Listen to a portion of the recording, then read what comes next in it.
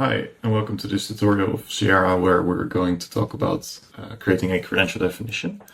So in the previous tutorial, we've created a schema, which is like a blueprint for a credential. And now with the credential definition, we're going to add some metadata to this, so it binds it to a specific issuer.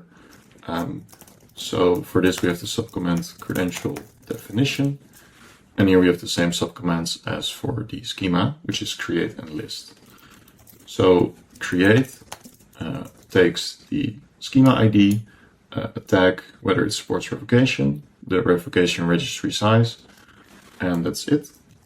So to keep it very simple, we can do the schema ID, and I still have it in my clipboard from the previous tutorial. So here you would just pass it along, and then we press enter. And this operation always takes a bit because it's quite an intense process to create a credential definition, and we also have to talk with the ledger. So there we go.